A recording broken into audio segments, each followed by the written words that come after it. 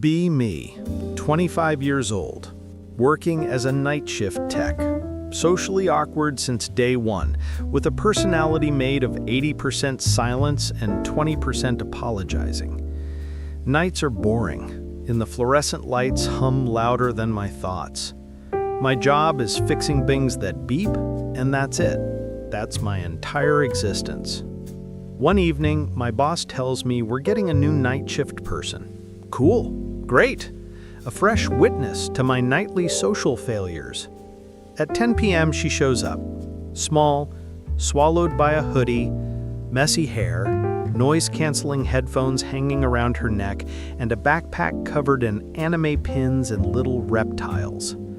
She looks like she spawned from a fandom convention and barely makes eye contact, which is incredibly relatable. My boss introduces her. Her name is Eli. She gives a tiny wave and then stares at the floor like it's buffering.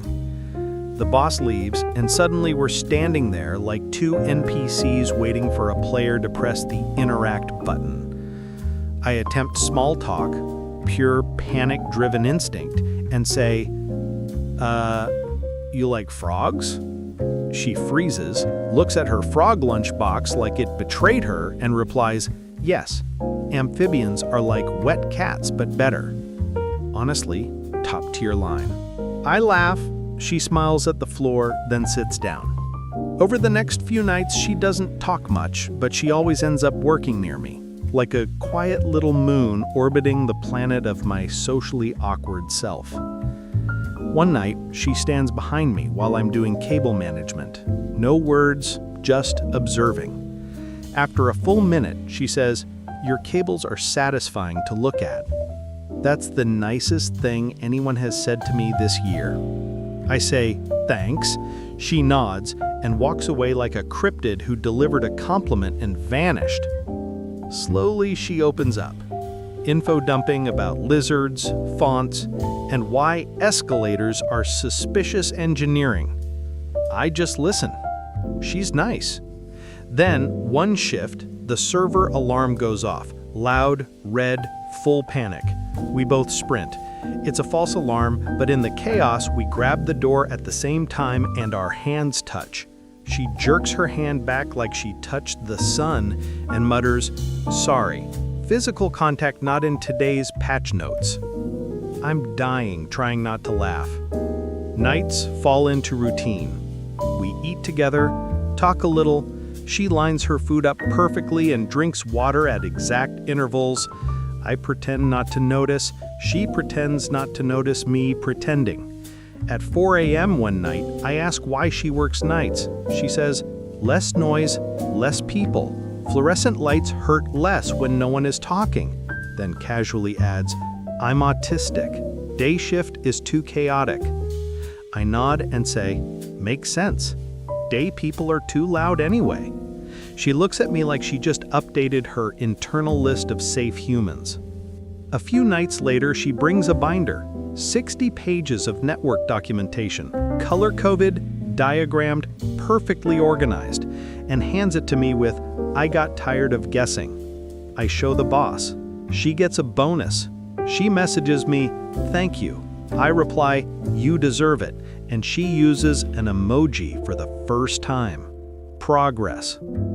During a break, she suddenly asks, do you ever feel like everyone got a manual for being human except you? I answer honestly, I think mine was in a language I couldn't read. She says, mine was pictures with no text. We sit there, two glitched humans in an empty building, weirdly comfortable. Over time, she initiates conversations, small ones, shy ones, and sends me memes, mostly lizards or cursed tech diagrams. I send memes back. Our romance becomes two computers pinging each other. Then, one night, the fire drill goes off. Lights flashing, noise blasting, total sensory nightmare. She freezes, hands over her ears, breathing fast. I hand her my noise-canceling headphones. She calms down. Outside, I talk about vending machine snacks. She laughs for the first time. Later, she types, thank you for rescuing my brain. I reply, anytime. Then our boss changes schedules, and suddenly we're on different nights. The building feels empty without her. I miss her. When we finally share a shift again, she walks in, looks at me a little too long and says, "You look less gray now." I'm confused. She explained I looked tired without her. Later, she messages me, even though she's sitting right next to me, and asks, "Did you miss me?" I typed, "Yeah, nights were boring without you." She replied, "I missed you too," and her ears turn red. Coworkers gossip and ask if we're dating. She says no, then messages me, "Why did that question make my stomach feel weird?" Girl, we are both down bad. Things build. Small moments, quiet glances, knee bumps she doesn't move away from, leaning closer to show me things on screen. Then, one night she asks, if two people spend every night together and miss each other and share food and talk about everything, are they dating? I answer, it depends how they feel. She fidgets and says, I feel something. My heart crashes like Windows 98. I ask if she wants it to be something. She nods shyly, then immediately messages me, would you like to go on a date with me that is clearly labeled as a date, so I don't misinterpret it? I type yes, instantly. Date day.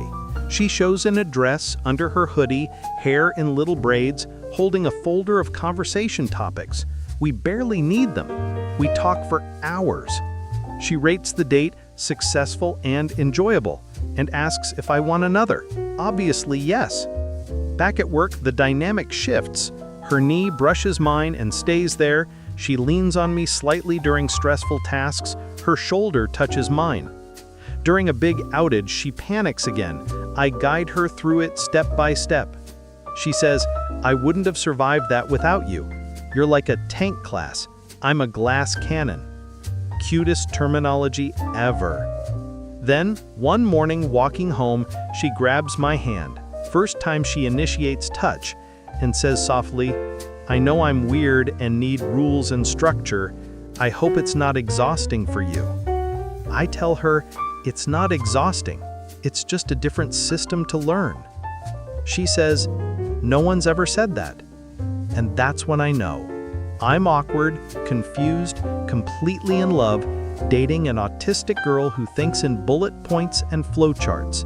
We debug life together, and it's the best patch update I've ever had.